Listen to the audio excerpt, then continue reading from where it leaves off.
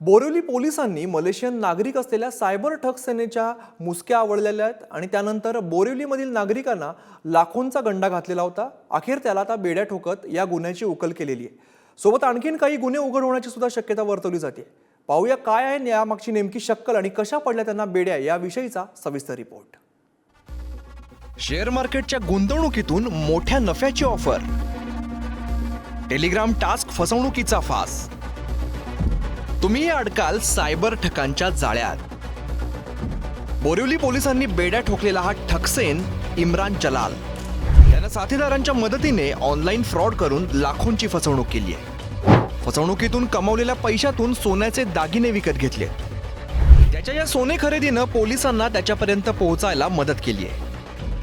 Online prepaid टास्कच्या माध्यमातून त्याची एकूण 7,46,000 रुपयाची फसवणूक झाली होती। सदर गुन्ह्याच्या अनुषंगाने तपास करत असताना आमच्या अशा निदर्शनास आले की आरोपी इसम हा तामिळनाडू राज्यातील तंजावर येथील आहे, परंतु तो मालाड या ठिकाणी येऊन फसवणुकीच्या रकमेतून सोने वगैरे खरेदी करत आहे। तर त्याबाबत आम्ही लक्ष ठेवून होतो। सदर आरोपिताने ज्या दुकानातून सोने खरेदी केले होते त्या दुकानातील CCTV फुटेज प्राप्त करण्यात आले होते।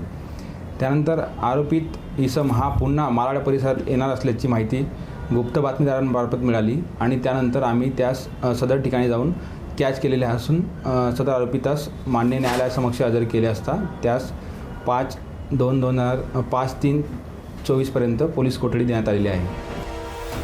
ऑनलाईन फसवणुकीच्या घटनांमध्ये दिवसेंदिवस वाढ होताना दिसते। सायबर ठगसेन नवनवीन शक्कल लढवत अनेकांना जाळ्यात ओढतायत। अशीच एक शक्कल त्यांनी वापरून नागरिकाला 1-2 नव्हे तब्बल 7.5 लाखांचा गंडा घातलाय।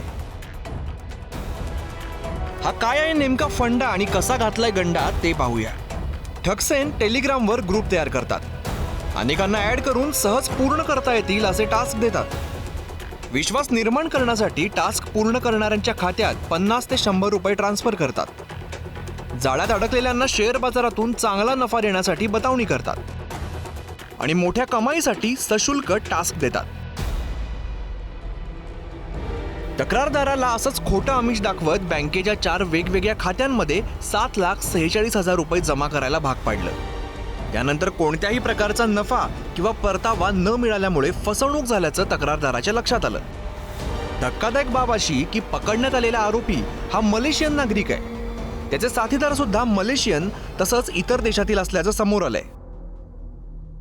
आरोपित हा मलेशियन नागरिक असून तो भारतीय देखील नागरिकत्व त्याने मिळवलेले आहे।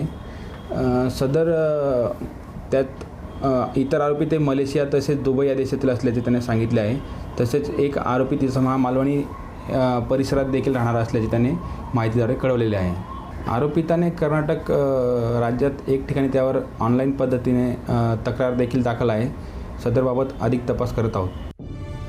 फसवणूक सुरू असल्याचं वेळेतच लक्षात आलं आणि ठगसेनांचं बिंग फुटलं, त्यांना बेड्याही पडल्या।